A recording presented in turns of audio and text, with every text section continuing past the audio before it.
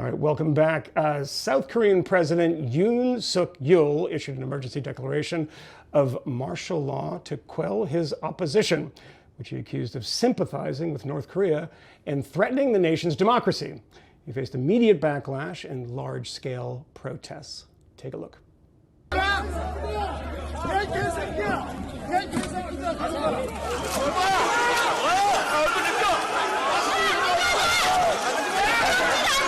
Hours later, the president rescinded the declaration and now faces impeachment.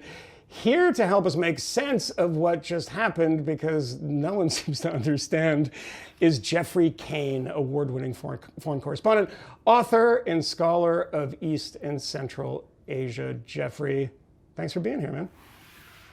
Thanks for having me, Michael. Good to see you again. Can I just ask the basic first question, which is, what on earth is going on? That's a good question. Well, it's a fluid situation still, where it's not totally clear what's going to come of this. What we do know now is that martial law has been lifted. I was a foreign correspondent in South Korea for many years. I've been to a lot of other countries, war zones, Ukraine, Israel, so forth. I did not expect, of all places, martial law to happen in South Korea. That caught a lot of people just completely blindsided. It was a shock. It was, it was dismaying to people because it showed that the democracy of this country, I mean, this is one of the most prosperous democracies in the world now. It's really on a knife's edge. It's a success story that a lot of people don't know about, and yet the president was able to, at a whim, essentially declare martial law. It appears, I've been in touch with senior officials in Korea. They tell me that it appears to have been unplanned or relatively unplanned, an act of passion, something that he carried through with minimal notice. Many of his aides have come out. Lawmakers have been in touch with some lawmakers. They say that they had no idea that this was coming. And now the president's office has come out with a statement now that martial law has been lifted, saying that it was all kind of a social experiment. He's pulled back, and he said that he just wanted to test their mettle. He wanted to see, he wanted to send a message to the opposition party that, they shouldn't mess with him. They shouldn't, they shouldn't divide and conquer the country, that they should, respect his authority. That's essentially the, reading between the lines, what the message was that he was trying to send. So it really is a bizarre situation.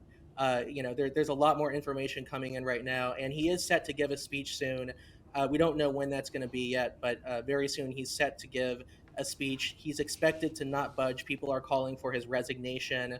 There's an impeachment bill going against him now, so he might be impeached, but he's expected not to budge, and he's expected to say, oh, well, it is what it is. I declared martial law, but just kidding, guys. Yeah, the April Fools. Very strange. But I mean, as you point out, members of his own party were surprised by this. And, by the way, it's important to point out to people, and I hope you can fill in some of the details here, is that an amazingly prosperous country, especially compared to the dictatorship to the north. But it's a young democracy, isn't it? I mean, it's fully democratic since what, like 1986, 87, around there? 87. I mean, 87. Yeah, it's only been about 35 years, 87. South Korea is a young democracy. It's only been about 35 years that this country has seen the success that it has now. I mean, now it's the land of Samsung phones, of, K-pop, BTS, Gangnam Style. You rewind the clock just one or two generations, and it was an authoritarian military dictatorship. It was extremely poor.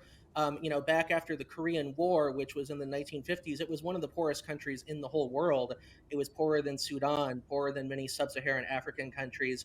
And it was written off by a lot of the global commentators historically as just a basket case. I mean, nobody thought it was going to get anywhere, but it's this democratic success story that proved all the naysayers wrong. This is something that the South Korean people are extremely proud of. I mean, you go there, and they are so proud of the democratic gains that they've made in their lifetimes, that they've made over North Korea, a mortal enemy that wants to destroy them.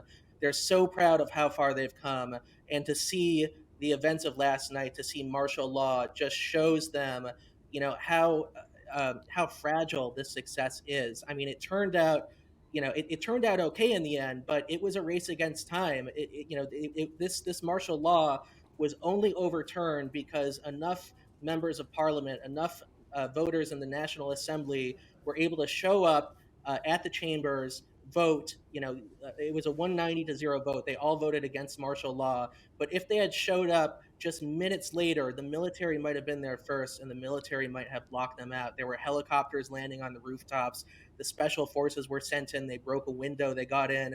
The National Assembly aides were stacking up furniture to block the military from getting in to stop the vote. It was just a sliver of time, and if this played out any differently, the country might now be under martial law still, and democracy would be wiped out. I mean, it would be wiped away, maybe temporarily, but the president would essentially be a dictator. Yeah, I mean, the military shows up. I mean, they had their remit to arrest the leader of the opposition, right? I mean, that was the plan. That's what it looks like. The way that the military was moving, they were moving into certain offices that suggested the plan was to arrest the opposition leader and a few other key opposition figures. It's just I do go to South Korea a lot. I return to the country quite a bit. I still do a lot of reporting there. It's just I've been in touch with a lot of old friends there who worked in the government, and they've always known that this is a possibility, but they never thought it could actually happen. It's one of those things, in the South Korean constitution, because South Korea was a military dictatorship, the president does have the power to set martial law, and he can do it at a whim. He doesn't need anybody's approval. He does need the National Assembly to vote on it after, but he can just do it whenever he wants. And that's a leftover relic of the military era in South Korea. Yeah, I want to ask you quickly about the kind of casus belli here for this little mini war that broke out and seems to have ended in a day. When I was last in Korea working as a journalist, I mean, I was there just on a story, and we were trying to contact pro-North Korean groups, because there are those that exist in the South. These secret police were on us immediately and had intercepted these communications. It was a big to-do. The reason given here by the president was that these people in parliament, the opposition, are being controlled or have been infiltrated by the DPRK, by the North Koreans. Is that just, I mean, and I'm looking at this saying, is that really the argument here? And if that is the argument, is it true, even in a small way? And do people believe this? I mean, what is the kind of feeling you get about this? It's not true. It's absolutely not true. Now, there has been a far left faction in South Korea. There have been various factions over the years that have been very friendly to North Korea. These are people, there was one lawmaker many years ago who traveled to North Korea to have her baby there so the baby could be a North Korean citizen. I met with her, yes. Oh, you did? Yes, I did, yes. I yeah. met with a lot of these people, interviewed them too. I didn't meet her. But there are these factions in South Korea that sympathize with North Korea because they see the North Koreans as their blood brothers. They have a shared ethnicity, their family ties. It's one nation that's been, unfortunately divided into North and South by years of war and strife. That's sort of how they see their country. But that is a very small faction. They used to be a lot more influential in politics. They've really been subdued, pushed aside. There's almost no reason to worry that, they would be able to show up in the South Korean government and instigate some kind of civil war or strife or assassinations or so forth. This is just the casus belli. This is the justification that President Yoon created to go after people who he doesn't like, because President Yoon, like many South Korean presidents, I mean, this is very common. This part's very common in South Korea. He's had a lot of shady dealings with family members. His wife has come under scrutiny for corruption. Some of his people are being impeached and attacked in the country's politics, and he wanted them to back off. That's what the picture is looking like now. So he took the most extreme option. He looked at that red button and he pushed it, and he said, "It's martial law time." This has been entertained before. I mean, this is not the first time that something like this has happened. About 8 years ago, when I was last living in South Korea, the president then was being impeached. She was sent to prison for corruption. And there were documents that were leaked at the time that showed that there was a plan to have the military come in and quell or monitor protests. So, presidents have thought about pushing that red button before, but it's just so shocking that it went so far this time.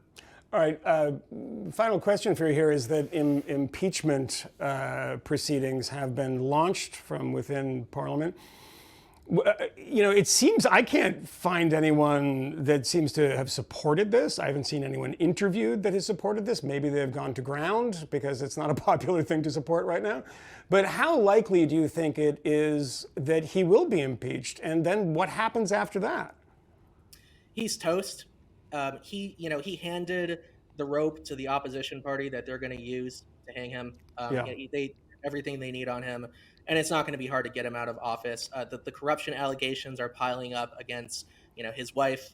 There's a lot that's been going on in Korean politics recently, and in all likelihood, if the past pattern holds up, he might end up in prison. And if you look back, and a lot of people are surprised to learn this, but in South Korea, presidents usually go to prison at some point after their term is over. There's always a corruption scandal. There's always an investigation, and of the past during the Democratic era, almost every president has been either investigated or gone to prison at some point. One of them committed suicide during an investigation, but the last two of the last three presidents have gone to prison. One last thing I want to say.